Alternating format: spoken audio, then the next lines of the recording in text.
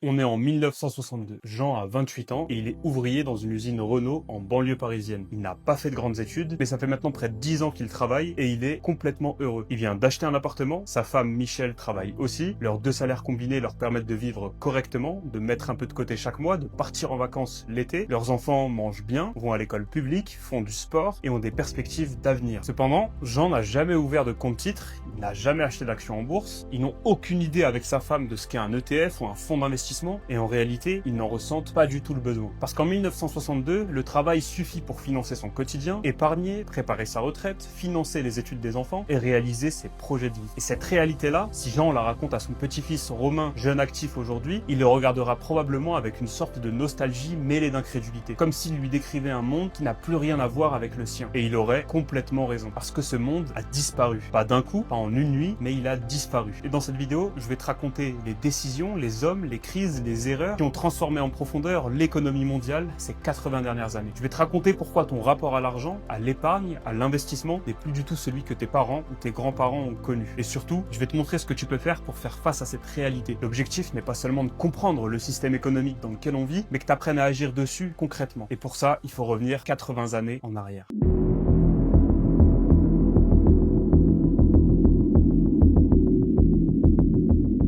On est en juillet 1944, la Seconde Guerre mondiale n'est pas encore terminée, les débarquements viennent d'avoir lieu, l'Europe brûle encore, des millions de personnes sont mortes, des villes entières ont été rasées, la production industrielle de la France a chuté de près de 60% par rapport à 1938, les réserves alimentaires s'épuisent dans plusieurs pays d'Europe, et pourtant, dans un grand hôtel de montagne à Bretton Woods, dans le New Hampshire, aux États-Unis, 730 délégués représentant 44 nations alliées se réunissent pour faire quelque chose d'extraordinaire, concevoir l'ordre économique mondial d'après-guerre, avant même que celle-ci ne soit finie. Pour comprendre pourquoi cette conférence est si urgente, si capitale, il faut remonter encore 20 ans en arrière parce que les hommes qui sont assis dans cet hôtel ont tous en tête le même souvenir. Un souvenir douloureux, cuisant, le souvenir de ce qui s'est passé dans les années 30. En 1929, le krach de Wall Street déclenche la Grande Dépression, la plus grande crise économique de l'histoire moderne. Les banques font faillite en cascade, les entreprises ferment, le chômage explose, il atteint notamment 25% aux États-Unis et des niveaux catastrophiques en Europe. Des millions de familles perdent tout, du jour au lendemain. Et face à cette crise, les pays font quelque chose de désastreux. Ils se replient sur eux-mêmes. Chaque pays essaiera de protéger son économie en dévaluant sa monnaie, c'est-à-dire en la rendant artificiellement moins chère pour réduire le coût de leurs marchandises et exporter davantage. Mais quand tout le monde dévalue sa monnaie en même temps, personne ne gagne rien en réalité. On appelle ça des dévaluations compétitives. Une guerre de monnaie où tout le monde est perdant. Par ailleurs, chaque pays s'est mis à ériger des barrières douanières pour protéger ses industries. Les États-Unis, par exemple, votent la loi Smoot-Hawley en 1930 qui fait exploser les droits de douane. Les autres pays ripostent et le commerce mondial s'effondre de plus de 60% en quelques années. Et dans ce contexte de misère économique, de chômage de masse, de sentiments d'humiliation et d'injustice, les extrémismes prospèrent. En Allemagne, par exemple, Hitler arrive au pouvoir en 1933. En Italie, Mussolini est déjà là depuis 1922. En Espagne, Franco prend le pouvoir après une guerre civile dévastatrice. La conclusion que tous les dirigeants alliés tirent de cette séquence est limpide. Le chaos monétaire et économique des années 30 a directement alimenté la montée des fascismes qui ont mené à la Seconde Guerre mondiale. Et c'est pourquoi, en juillet 1944, alors même que la Seconde Guerre mondiale n'est pas encore gagnée par les Alliés, ces 730 hommes sont réunis dans cet hôtel du New Hampshire. Parce qu'ils savent que si on ne construit pas un ordre économique mondial stable dès maintenant, si on laisse les pays se déchirer à nouveau sur leur monnaie et leurs barrières commerciales, on replantera les graines d'une prochaine catastrophe mondiale. Et ils n'avaient pas tort, parce que la paix politique commence par la stabilité économique. Et la stabilité économique commence par la stabilité monétaire. Et c'est pour ça qu'une décision monétaire est au cœur de tout ce projet. Pas pour des raisons techniques abstraites, mais parce qu'une monnaie instable mène à la guerre, littéralement. Et l'histoire venait de le prouver. Et c'est dans ce contexte que s'opposent deux hommes dont le débat va façonner les décennies suivantes. D'un côté, John Maynard Keynes, un économiste britannique, un homme au physique imposant, à l'intelligence tranchante, un fumeur de cigares, habitué des cercles intellectuels de Cambridge. Mais Keynes n'est pas un théoricien déconnecté du réel. Il a vécu 1929, il a vu la dépression, il a passé des années à comprendre pourquoi le capitalisme laissé sans régulation produit des crises catastrophiques. Et il intervient lors de cette conférence à Bretton Woods avec une idée ambitieuse, créer une monnaie internationale, autonome et indépendante des États. Cette monnaie, il la nomme le Bancor, une monnaie supranationale qui permettrait d'équilibrer automatiquement les excédents et les déficits entre nations. Par exemple, si un pays se met à beaucoup exporter, il accumulera du Bancor et il sera automatiquement incité à importer davantage ou à investir ailleurs. Et si un pays est en déficit, il recevrait alors du soutien des pays excédentaires de Bancor. encore. Selon ce modèle, aucun pays ne dominerait le monde et le système économique mondial serait auto-équilibrant. Alors cette idée est élégante, visionnaire, mais malheureusement, elle ne passera pas. Parce que de l'autre côté, Keynes fait face à un concurrent qui ne partage pas du tout les mêmes ambitions que lui. Et cette personne, c'est Harry Dexter White, un économiste américain, techniquement brillant et parfois brutal dans ses négociations. White représente une figure que Keynes ne peut égaler, les États-Unis, qui sort de la guerre avec plus de la moitié des réserves d'or mondiales, une industrie intacte et une armée victorieuse. Les États-Unis ont financé les Alliés, ils ont armé la résistance et ils ne comptent pas repartir de cette conférence sans imposer leur vision du monde. White n'a aucune intention de laisser les États-Unis partager leur domination monétaire avec un Bancor promu par les Britanniques. Pour lui, si quelque chose doit servir de monnaie de référence mondiale, ce sera le dollar, la monnaie américaine. Et ce sera Washington qui en fixera les règles. Le débat dure des semaines, Keynes plaide avec éloquence, on dit même que ses discours dans les négociations étaient d'une clarté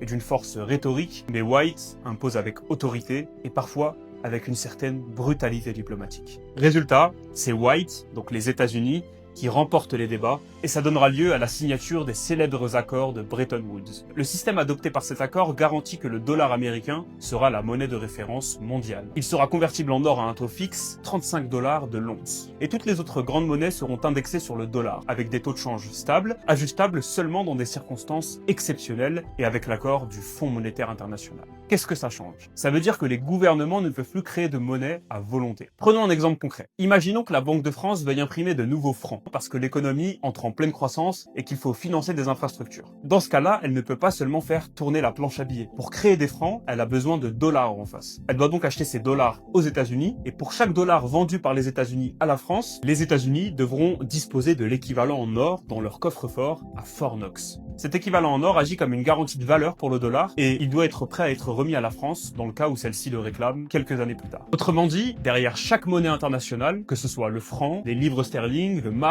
etc., il y a des dollars. Et derrière chaque dollar, il y a de l'or. De l'or physique, réel et limité par nature. Qu'on ne peut pas fabriquer, qu'on ne peut pas inventer, qu'on extrait péniblement de la terre depuis des millénaires. Et c'est cette rareté physique de l'or qui discipline tout le système de Bretton Woods. L'or, par sa nature, impose une limite naturelle et automatique à la création monétaire. Aucun gouvernement, aussi puissant soit-il, ne peut y échapper. Si tu n'as pas d'or, tu ne peux pas créer de monnaie. Et ça veut dire que les taux de change sont prévisibles, que les dévaluations compétitives des années 30 deviennent impossibles dans ce cadre. Et c'est pour ça qu'une décision monétaire est au cœur de la reconstruction du monde après la Deuxième Guerre mondiale. Parce que la monnaie, c'est la colonne vertébrale de toute l'économie. C'est le langage commun à travers lequel les producteurs, les consommateurs, les investisseurs et les États se comprennent et échangent. Quand ce langage est stable, tout le monde peut planifier, investir, construire. Quand il est chaotique, tout le monde se protège, se replie et l'activité réelle s'effondre. En 1944, ces hommes ont décidé de donner au monde un langage monétaire commun et stable. Et pour les 25 années qui suivent, ça va fonctionner remarquablement bien. Mais ce n'est pas tout. Pour financer concrètement la reconstruction européenne, les États-Unis lancent à partir de 1948 ce qu'on appelle le plan Marshall. Plus de 13 milliards de dollars d'aide à l'Europe de l'Ouest, et c'était pas de la générosité de la part des États-Unis. C'est un vrai calcul géopolitique. Parce qu'une Europe qui se redresse économiquement est une Europe qui résiste au communisme soviétique. Cette architecture monétaire stable construite à Bretton Woods, combinée à l'aide massive du plan Marshall et à la volonté collective de reconstruire, va donner lieu à la meilleure période de croissance économique de l'histoire contemporaine, les 30 Glorieuses. Parce que quand la monnaie est stable, les entreprises peuvent investir sur 10 ans sans craindre qu'une dévaluation ne détruise la valeur de leur projet. Quand les taux de change sont prévisibles, le commerce entre pays peut se développer sans que chaque transaction ne soit un pari sur l'avenir. Et quand les États ne peuvent pas créer de monnaie à volonté, l'inflation reste modérée et les ménages peuvent épargner sans voir leur argent fondre. Et chacune de ces conditions que je viens de citer crée un environnement que les économistes décriront plus tard comme exceptionnel, peut-être unique dans l'histoire du capitalisme industriel. Et ce sera l'économiste français Jean Fourastier qui donnera son nom à cette période dans un livre qui fait l'effet d'une gifle nostalgique. Et il choisit le mot glorieuse, pas prospère, pas stable, mais glorieuse, comme pour dire qu'on ne voit ça qu'une fois dans une vie. Pendant cette période, en France, les chiffres sont plus qu'éloquents. La croissance économique tourne en moyenne autour de 5% par an pendant 30 ans. Pour mesurer ce que ça représente concrètement, si ton salaire augmente réellement de 5% par an pendant 3 décennies, en pouvoir d'achat réel, tu vis dans un monde économiquement méconnaissable par rapport à ton point de départ. Et c'est exactement ce qui se passe. Le produit intérieur brut par habitant est multiplié par 2,5. Le taux de chômage reste inférieur à 3%. C'est ce que les économistes appellent le plein emploi. Pratiquement tous ceux qui veulent travailler trouvent du travail. Mais ce qui distingue vraiment les 30 Glorieuses d'une simple période de croissance, c'est que cette richesse créée ne reste pas concentrée dans les hautes classes sociales. Elle se diffuse dans toute la société, dans les foyers, dans les familles, dans les quartiers ouvriers. Par ailleurs, le salaire minimum est créé. Les conventions collectives garantissent des droits aux travailleurs d'une même branche. La sécurité sociale sociale née en 1945 sous l'impulsion d'Ambroise Croizat et de Pierre Laroque couvre progressivement toute la population. Pour la première fois dans l'histoire française, être malade, vieux ou au chômage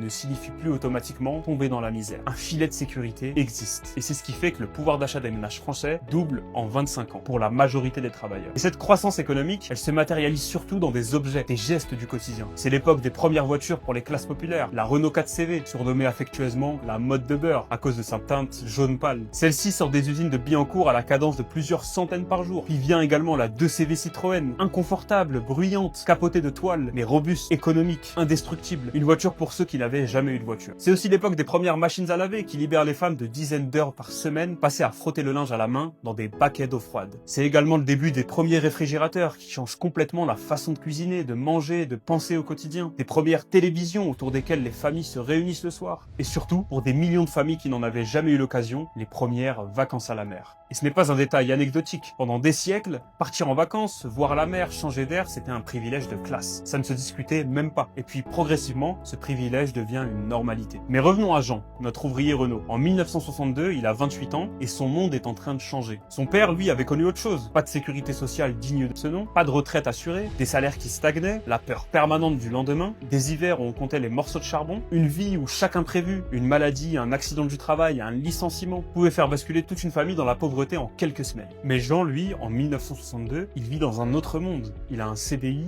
il cotise pour sa retraite, et si son enfant tombe malade, il ne choisit pas entre le soigner ou le nourrir. Il vient d'acheter un appartement avec un crédit sur 15 ans, dont les mensualités représentent environ un tiers de son salaire. C'est un effort supportable, pas une angoisse permanente. Sa femme, elle, travaille aussi. Ensemble, ils peuvent planifier, épargner, avoir un projet de vie à 10, 20 ans. Et tout ça sans jamais ouvrir un compte titre, sans jamais acheter une action, sans jamais se poser la question du rendement de leur épargne. Parce que dans ce monde-là, la finance reste à sa place. Elle est utile. Les banques prêtent pour financer les usines, les logements, les infrastructures, mais elle reste un outil au service de l'économie réelle, et pas l'inverse. Et ce rapport sain entre la finance et l'économie réelle est rendu possible par les accords de Bretton Woods. C'est le fondement invisible de toute cette prospérité. Et la plupart des gens qui en bénéficient ne le voient même pas, parce qu'on ne voit jamais vraiment ce qui nous protège, jusqu'au moment où ça disparaît.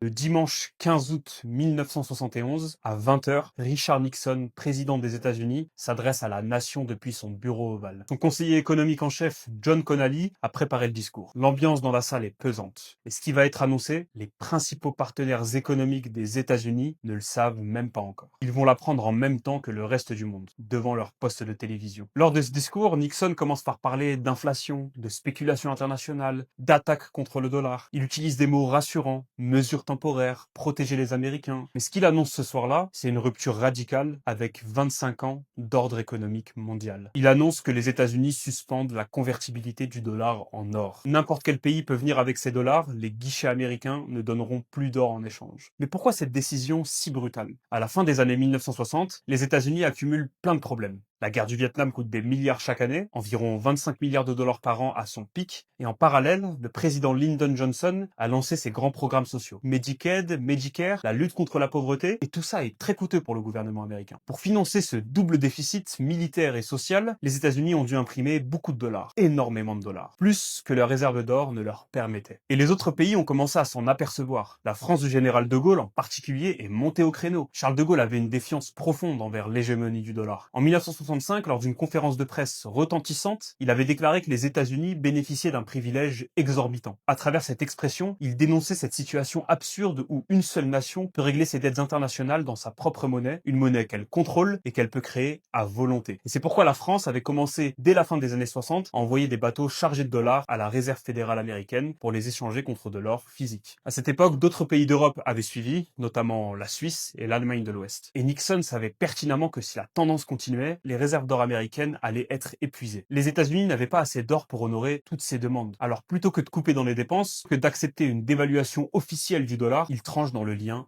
lui-même. Et en quelques heures, les accords de Bretton Woods, rédigés et signés par des dizaines de nations quelques années auparavant, s'effondrent. Mais qu'est-ce que ça change concrètement? Pourquoi est-ce que c'est si grave? Rappelle-toi comment le système de Bretton Woods fonctionnait. Tu avais des francs dans ta poche. Ces francs étaient garantis par des dollars que la Banque de France détenait en réserve. Si la France voulait émettre plus de francs, elle avait besoin de plus de dollars. Et ces dollars, eux, étaient garantis par de l'or que les États-Unis conservaient à Fort Knox. Et si un pays étranger présentait ses dollars aux États-Unis, ces derniers étaient obligés de lui remettre de l'or en échange. Les francs étaient garantis par des dollars et les dollars, eux, étaient garantis par de l'or. L'or était l'encre ultime, le point fixe. Ce métal rare qu'on ne peut pas fabriquer servait de limite naturelle à la création monétaire. Et les gouvernements ne pouvaient pas imprimer leur monnaie indéfiniment parce qu'ils avaient besoin de l'équivalent en or en face. Quand Nixon coupe ce lien entre le dollar et l'or, il ne coupe pas juste le dernier maillon de la chaîne. Il la fait s'effondrer tout entière. Parce que si le dollar ne vaut plus rien de physique, alors les francs, les marks, les livres sterling qui dépendaient de la valeur du dollar ne reposent sur rien de tangible non plus. À partir de ce moment, ton franc vaut ce que les marchés, les États et les banques centrales décident collectivement de ce qu'il vaut. Les gouvernements peuvent désormais créer de la monnaie beaucoup plus librement. Il n'y a plus d'or en face. Cette liberté-là, aucun gouvernement ne résistera longtemps à l'envie de l'utiliser. Alors les conséquences ne seront pas immédiates pour les populations, mais la réalité c'est que la structure profonde du système économique mondial vient de basculer. Et la conséquence la plus visible de cette rupture n'arrive pas immédiatement. Elle arrive 2 ans plus tard, et d'une direction que personne n'attendait vraiment, à quelques milliers de kilomètres de Paris, dans un désert du Moyen-Orient.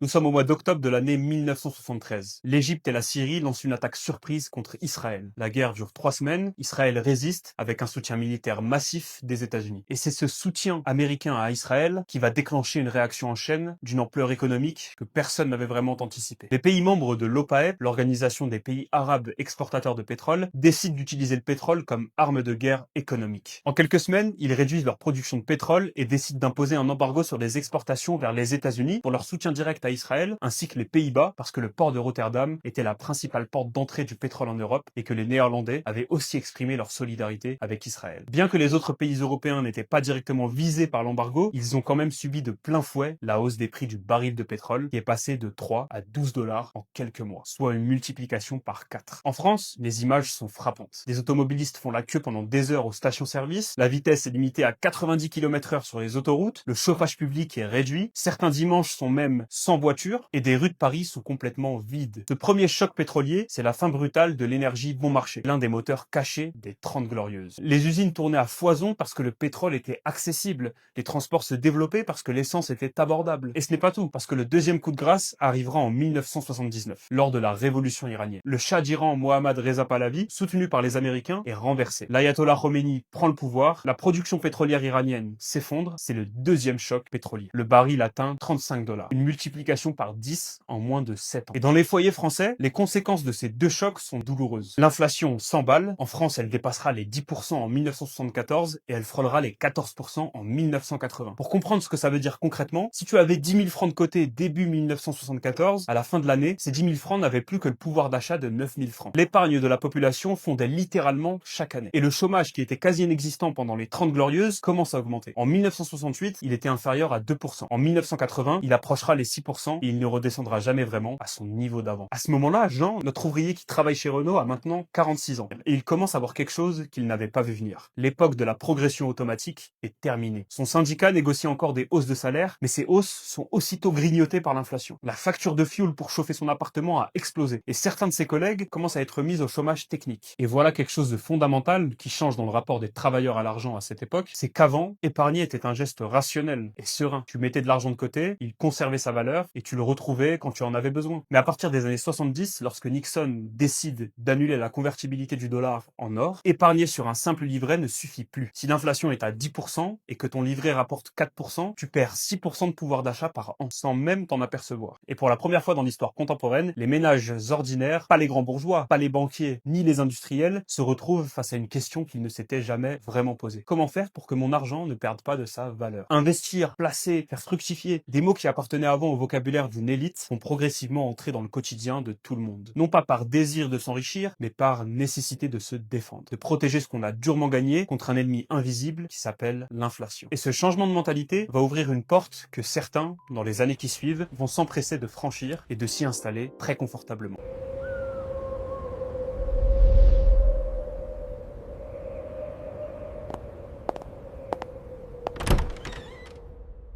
Nous sommes le 4 mai 1979, à Londres. Margaret Thatcher entre au 10 Downing Street. C'est la première femme nommée première ministre du Royaume-Uni. Elle a 53 ans, un regard d'acier, une voix travaillée pour inspirer l'autorité et une certitude absolue sur ce qui ne va pas dans l'économie britannique. À ce moment-là, le Royaume-Uni sort d'une décennie catastrophique, comme presque tous les pays d'Europe de l'Ouest. L'inflation a atteint 25% en 1975. Le pays a même dû faire appel au FMI en 1976 pour éviter la faillite. C'était une humiliation internationale pour celui qui était encore au début de ce siècle la première puissance mondiale, le cœur d'un empire qui couvrait un quart de la surface du globe. Par ailleurs, le pays est épuisé par les grèves. Les syndicats britanniques, parmi les plus puissants d'Europe, paralysent régulièrement des secteurs entiers de l'économie. Les négociations salariales ressemblent à des bras de fer permanents entre le gouvernement et les centrales syndicales. Personne ne gagne vraiment en réalité. Et pendant ce temps-là, l'économie tourne au ralenti. Cette période a un nom. Les Britanniques l'appelleront le Winter of Discontent, l'hiver du mécontentement. Cet hiver de 1978 et 1979 restera gravé dans la mémoire collective du pays pendant des décennies. Les camionneurs cessent de livrer, les supermarchés se vident progressivement, les employés municipaux débrayent. Les éboueurs, ces travailleurs invisibles dont on ne mesure l'importance que lorsqu'ils s'arrêtent, cessent de ramasser les ordures. Des hôpitaux refusent même des patients faute de personnel. Dans certaines villes, les morts ne sont plus enterrés parce que les fossoyeurs sont aussi en grève. Les images sont complètement choquantes, voire même humiliantes pour un pays qui se pensait encore comme une grande nation. Et c'est dans ce chaos complet que Margaret Thatcher, surnommée la Dame de Fer, arrive au pouvoir. Elle n'aura presque pas besoin de faire campagne, le pays lui tend les clés. Son diagnostic, à l'image de sa personnalité, est simple, tranché et sans nuance. Trop d'États, trop de syndicats et pas assez de marché. Et sa thérapie sera radicale et implacable.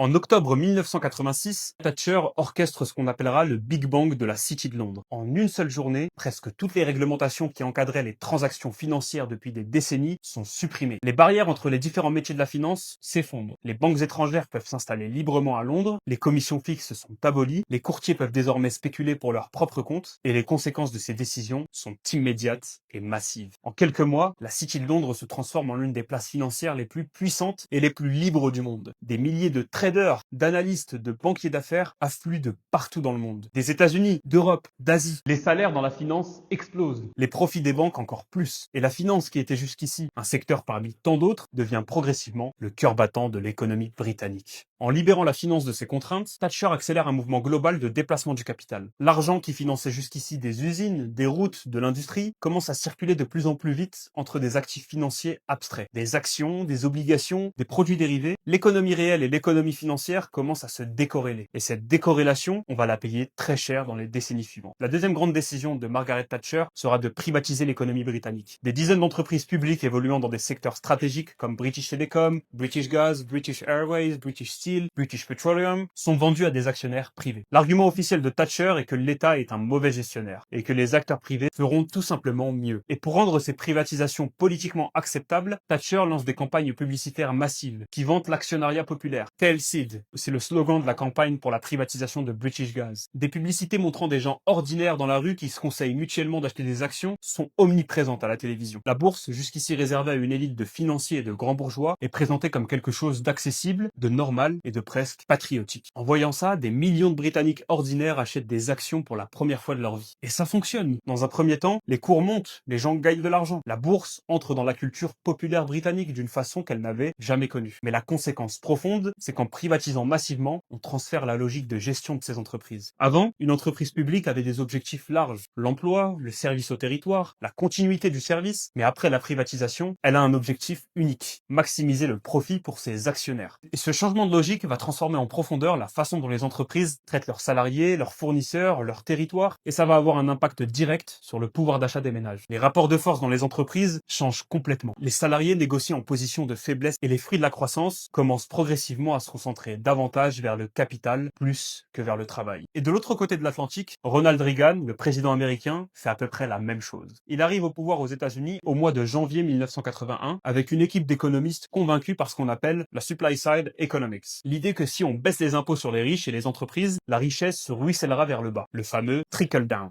Reagan décide de réduire massivement les impôts sur les tranches les plus élevées. Le taux marginal passe de 70% à 28%. Il dérégule des secteurs entiers de l'économie, du secteur des transports à l'énergie, en passant par la finance. Et il adopte une posture antisyndicale symbolique dès 1981 en licenciant 11 000 contrôleurs aériens en grève. Mais en France, le tournant arrivera par une voie différente, voire même paradoxale. En 1981, François Mitterrand est élu président de la République française. Il arrive avec un programme ambitieux. Des nationalisations, une hausse du SMIC, une semaine de travail à 39 heures, une 5e semaine de congés payés, ce sont les fameuses 110 propositions. Mais la réalité économique, elle, est implacable. Les marchés financiers déjà plus puissants sanctionnent immédiatement. Le franc est attaqué, les réserves de change fondent et la France connaît 3 dévaluations successives de sa monnaie en moins de 2 ans. Et en mars 1983, Mitterrand fera ce qu'on appellera plus tard le tournant de la rigueur. Il choisit de rester dans le système monétaire européen, de défendre le franc et d'adopter une politique d'austérité. Son ministre de l'économie, Jacques Delors, est au cœur de ce virage. La France, à sa façon, rejoint le mouvement global de discipline budgétaire et d'ouverture au marché, comme l'ont fait le Royaume-Uni et les États-Unis. Ces 3 figures, Thatcher, Reagan et dans une moindre mesure Mitterrand, ne sont pas de simples acteurs politiques. Ils incarnent une mutation plus profonde dans la façon dont les sociétés occidentales pensent l'économie. Depuis Keynes et Bretton Woods, l'idée dominante était que les marchés avaient besoin d'être encadrés, régulés et tempérés, que l'État avait un rôle à jouer pour équilibrer le capital et le travail, que la finance était un outil, mais pas une fin en soi. Mais la doctrine qui s'est imposée dans les années 80 s'oppose complètement à ce modèle. C'est l'idée popularisée notamment par l'économiste américain Milton Friedman. L'idée que les marchés libres produisent les meilleurs résultats, que la seule responsabilité d'une entreprise est de maximiser le profit pour ses actionnaires, que l'État doit se retirer. Cette doctrine va transformer radicalement le comportement des entreprises. Et à partir des années 80, les PDG des grandes entreprises commencent à être rémunérés en stock options, c'est-à-dire en ayant le droit d'acheter des actions à un prix fixé. Si l'action monte, ils s'enrichissent massivement. Et la conséquence directe, c'est qu'ils ont un intérêt personnel très fort à faire monter le cours de l'action à court terme, quitte à couper dans la recherche et développement, à délocaliser, à licencier, à racheter leurs propres actions plutôt que d'investir dans l'avenir. Et c'est le début de ce qu'on appelle la shareholder value, la valeur pour l'actionnaire comme mesure unique du succès. Et c'est aussi le début d'une longue dérive. Le secteur financier américain, qui représentait 14% des profits totaux des entreprises en 1980, atteint presque 40% en 2003. Des milliers de personnes parmi les plus brillantes de leur génération choisissent la finance plutôt que l'ingénierie, la médecine ou la recherche. Parce qu'en 2003, un ingénieur brillant qui conçoit des ponts ou des médicaments gagne moins qu'un trader de 28 ans qui achète et revend des obligations. Et quand les incitations économiques envoient ce signal, les talents suivent, qu'on le veuille ou non. À ce moment-là, Jean, notre ouvrier Renault, a maintenant 58 ans. On est en 1992 et son monde a complètement changé. L'usine Renault, dans laquelle il travaille depuis 30 ans, commence à parler de restructuration. Des chaînes de production partent en Espagne, puis en Europe de l'Est. Des collègues plus jeunes partent en pré-retraite. La direction parle de flexibilité, d'optimisation des coûts. Ces mots-là, il ne les avait jamais entendus dans les années 60. Et ça signifie que sa sécurité d'emploi n'est plus ce qu'elle était. Et pendant ce temps, quelqu'un d'autre s'enrichit. Cette personne-là, elle ne fabrique rien, elle n'invente rien non plus, mais elle achète et revend des actifs financiers. Tout simplement parce qu'elle a compris que dans ce nouveau monde, ce n'est plus le travail qui crée le plus de richesse, mais c'est la possession du capital. Et ce glissement du travail vers le capital, de l'économie réelle vers la finance, on en vit encore les conséquences concrètes aujourd'hui, en 2026. Et c'est précisément pour ça que les règles du jeu ont changé pour toi aussi.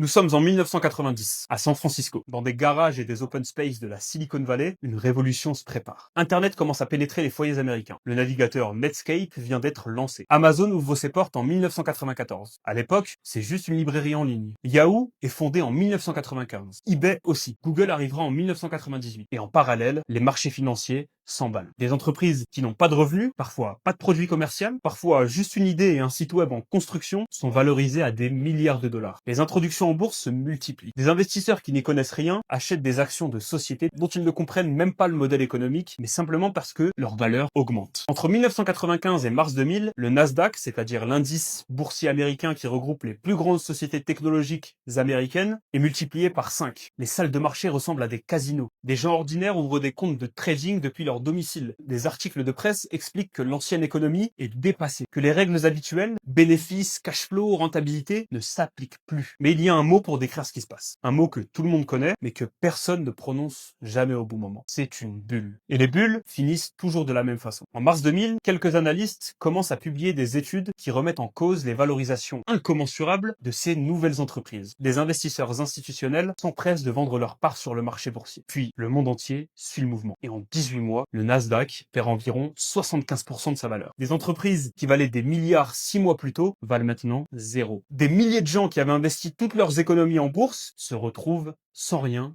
du jour au lendemain. Et face à ça, les autorités américaines réagissent immédiatement. Alan Greenspan, le président de la Réserve fédérale américaine, celui qu'on surnomme alors le maestro, l'homme que Wall Street écoute comme un oracle, baisse massivement les taux directeurs. De 6,5% en 2000, ils descendent à 1% en 2003, du jamais vu depuis des décennies. L'objectif est de rendre le crédit bon marché pour permettre aux ménages et aux entreprises d'emprunter et donc de relancer la machine économique. Mais dans la réalité, cet argent facile va alimenter une nouvelle bulle, différente cette fois-ci, mais encore plus dangereuse. Parce qu'avec des taux d'intérêt très bas, emprunter pour acheter une maison devient accessible à des ménages qui, quelques années plus tôt, n'auraient pas pu se le permettre. Les banques prêtent facilement, voire même trop facilement. Et des prêts immobiliers appelés subprime, c'est-à-dire des prêts à risque élevé, accordés à des emprunteurs aux revenus fragiles, sont distribués massivement. Et dans la majorité du temps, sans vérification sérieuse des revenus. Les banquiers vont même délivrer des crédits à des ménages dont ils savent pertinemment qu'ils ne pourront jamais les rembourser si les prix de l'immobilier cessent de monter. Mais à ce moment-là, personne ne s'en préoccupe vraiment. Tout simplement parce que les prix montent. Et tant que les prix de l'immobilier augmentent, les emprunteurs, eux, peuvent toujours refinancer. Et ce qui rend ce système encore plus toxique, c'est ce qui a été fait de ces prêts ensuite. Plusieurs banques de Wall Street achètent ces prêts immobiliers à risque. Ils les emballent dans des produits financiers complexes, qu'ils font noter avec la meilleure note de sécurité par des agences de notation payées par ces mêmes banques. Et enfin, ils les proposent comme produits financiers intéressants à des investisseurs du monde entier, tels que les fonds de pension norvégiens, des caisses de retraite japonaises, des banques allemandes, des assureurs français. Tout le monde achète ces produits parce qu'ils sont tout simplement censés être sûrs et qu'ils rapportent un peu plus que les obligations d'État. La réalité, c'est que tout le monde a investi dans la dette américaine. Ce que personne ne mesure vraiment, c'est que tout ce système repose sur une seule hypothèse, que les prix de l'immobilier américain vont continuer de monter. Et en 2006-2007, ce que personne ne soupçonnait survient. L'immobilier américain commence à baisser. Les défauts de remboursement s'accumulent, des ménages ne peuvent plus payer leurs mensualités, et les banques qui ont accordé les prêts commencent à perdre de l'argent. Et les produits financiers basés sur ces prêts commencent à perdre de la valeur. Mais comme ces produits sont éparpillés dans tout le système financier mondial, personne ne sait vraiment qui détient quoi. La confiance s'érode. Les banques cessent de se prêter entre elles et le marché interbancaire se fige. Et résultat, le 15 septembre 2008, au bout de 158 ans d'existence, Lehman Brothers fait faillite. Elle était la 4e banque d'investissement des États-Unis, mais elle disparaît en un week-end. Dans les salles de marché, de Tokyo à Paris, de Londres à Sydney, l'effet est immédiat. C'est la panique. Les images font le tour du monde. Le CAC 40, l'indice boursier des meilleures entreprises françaises, perd plus de 40% sur l'année 2008. L'économie mondiale entre en récession. Des millions d'emplois sont détruits, des familles perdent leur maison, les retraités voient leur épargne fondre. Et les gouvernements et les banques centrales vont prendre une décision qui va influencer le cours de la décennie suivante. Ramener les taux directeurs à zéro, puis les y maintenir pendant très longtemps. Et pendant ce temps-là, Eric, le fils de Jean, lui, il a grandi avec une idée simple, inculquée par son père. Travailler dur, épargner et avancer prudemment. Eric est cadre chez Renault. C'est pas un homme de la finance, mais dès la fin des années 90, on lui répète partout la même chose. Il faut que tu investisses. Il faut que tu places ton argent pour faire face à l'inflation. Et la meilleure solution, c'est investir en bourse. Alors, Eric emboîte le pas, modestement, comme beaucoup de gens ordinaires. Sauf qu'il arrive au moment où tout le monde confond hausse des marchés et création réelle de valeur. Et quand la bulle Internet éclate lors de l'année 2000, il perd une partie importante de ce qu'il avait mis de côté. Et ce n'est pas fini, parce que 8 ans plus tard, en 2008, la crise financière frappe de nouveau. Et cette fois, ce n'est plus seulement son portefeuille qui est touché, c'est tout son monde, son emploi, sa confiance qu'il a envers le système, son épargne et son avenir, ainsi que celui de ses enfants. Eric comprend alors quelque chose de brutal. C'est que même quand on a l'impression de jouer selon les règles, dans un système financiarisé, on peut perdre sans jamais vraiment avoir compris à quel jeu on jouait. Et c'est là qu'on entre dans une nouvelle ère. En 2010, Romain, le fils d'Eric, a 23 ans. Il vient de finir ses études, il est le petit-fils de Jean, notre ouvrier Renault de 1962. Son grand-père, lui, a construit sa vie avec ses mains, un CDI et la sécurité sociale. Son père, Eric, a grandi durant la fin des 30 Glorieuses, a ouvert son premier PEA dans les années 90 et a regardé son épargne fondre de 30% en 2008 sans vraiment comprendre pourquoi. Romain, lui, est ingénieur en informatique. Il a grandi avec Internet, il a vu la crise de 2008 depuis le canapé de ses parents, et il a retenu une leçon simple de tout ça. Il ne veut pas subir, il veut comprendre, il veut agir. Alors en 2010, il est poussé par un ami qui lui a parlé d'ETF. Il ouvre son premier PEA, alors même qu'il ne comprend pas tout. Mais il commence à mettre 200 € par mois dans un ETF, c'est-à-dire un panier d'actions qui suit la performance du CAC 40. En 2012, son portefeuille baisse un peu et à ce moment-là, il hésite à tout revendre. Mais il tient, parce qu'il faut être résilient quand on investit. En 2013, son investissement remonte. En 2015, son portefeuille a presque doublé. En 2017, il en parle à ses amis, à ses collègues. Il devient une sorte de référence dans son cercle. C'est le pro de la finance. Et en 2021, son portefeuille a été multiplié par 3,5 depuis le début. En 11 ans, il a fait fructifier son argent sans stress et presque sans effort. Et Romain a une conviction profonde. Elle est gravée dans son expérience. Investir dans des ETF, c'est la solution à tout. C'est simple, c'est presque automatique et les marchés boursiers connaissent toujours une croissance sur le long terme. Son grand-père, Jean, lui aurait souri. Lui qui n'avait jamais eu besoin de s'occuper de tout ça pour construire une vie correcte. Et son père, Eric, lui, reste méfiant. Parce qu'avec son expérience, il est convaincu que la bourse peut encore jouer des tours à sa famille. Et la vérité, c'est que Romain n'a pas tort sur les faits. Sur cette période, les ETF, donc les paniers d'actions, ont effectivement très bien performé. Mais ce qu'il ne sait pas, c'est que les marchés ne connaissent pas automatiquement une croissance sur le long terme. La réalité, c'est que derrière cette croissance, pendant 12 ans, les banques centrales du monde entier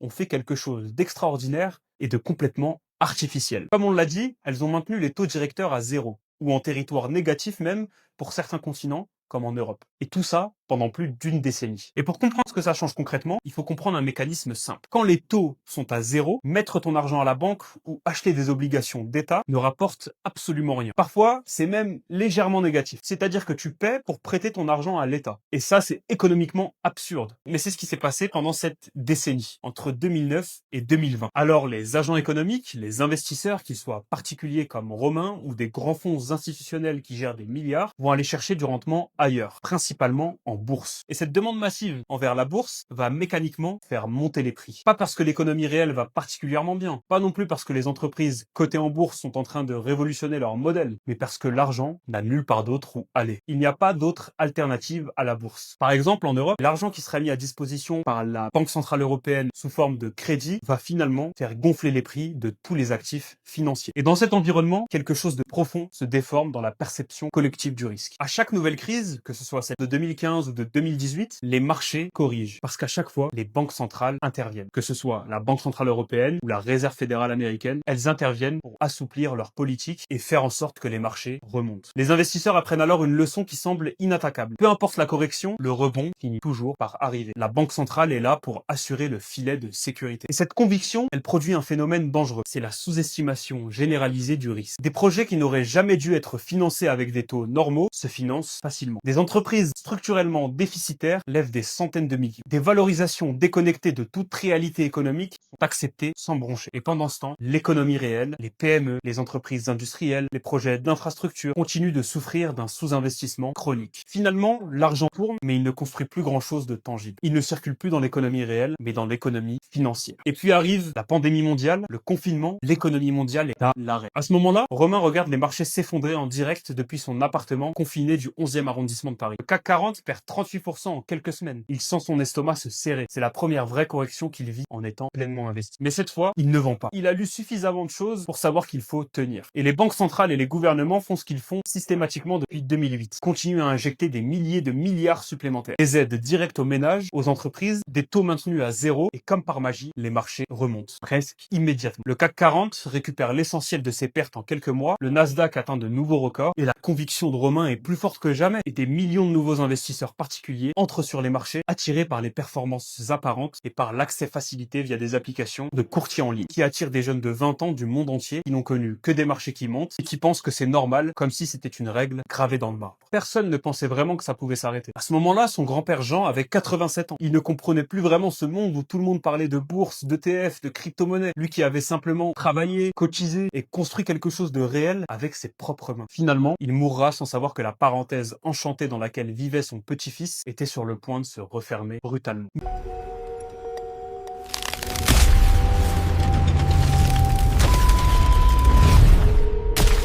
Nous sommes au mois de janvier 2022. Les prix à la consommation en Europe commencent à monter d'une façon qu'on n'avait pas vue depuis des décennies. D'abord l'énergie, qui avait déjà commencé à augmenter fin 2021, puis les matières premières, l'alimentation, quasiment tout. Les économistes qui voyaient l'inflation de fin 2021 comme transitoire doivent réviser leur diagnostic. Puis en février 2022, l'impensable survient. La Russie envahit l'Ukraine. Le choc est géopolitique et humain, mais il est aussi économique. L'Ukraine est l'un des plus grands producteurs mondiaux de blé et de tournesol. La Russie est un fournisseur majeur de gaz naturel pour l'Europe. Quelques jours après l'invasion, les prix du gaz naturel en Europe font plus que doubler. Et les prix du blé s'envolent sur les marchés mondiaux. Et une réalité que les 30 années de mondialisation heureuse avaient un peu fait oublier ressurgit. La dépendance de nos économies à des ressources physiques, tangibles et réelles. À l'automne 2022, l'inflation en zone euro dépasse 10%. C'est la première fois depuis les chocs pétroliers des années 70. Et la Banque Centrale Européenne n'a plus le choix. La BCE, qui avait maintenu ses taux directeurs à zéro depuis 2014, commence à les remonter en juillet 2022. Et elle ne s'arrête pas. En un an et quelques mois, elle les porte de 0 à 4,5%. C'est la hausse la plus rapide et la plus massive de l'histoire de la BCE. Et les conséquences sur la vie des populations sont immédiates. Un ménage qui avait contracté un prêt immobilier à taux variable découvre que ses mensualités ont plus que doublé par rapport à 2021. Les entreprises qui s'étaient lourdement endettées à taux quasi zéro dans les années 2010 découvrent que refinancer leurs dettes coûte désormais beaucoup plus cher. Certaines qui survivaient grâce à l'argent gratuit commencent à vaciller. On les appelle les entreprises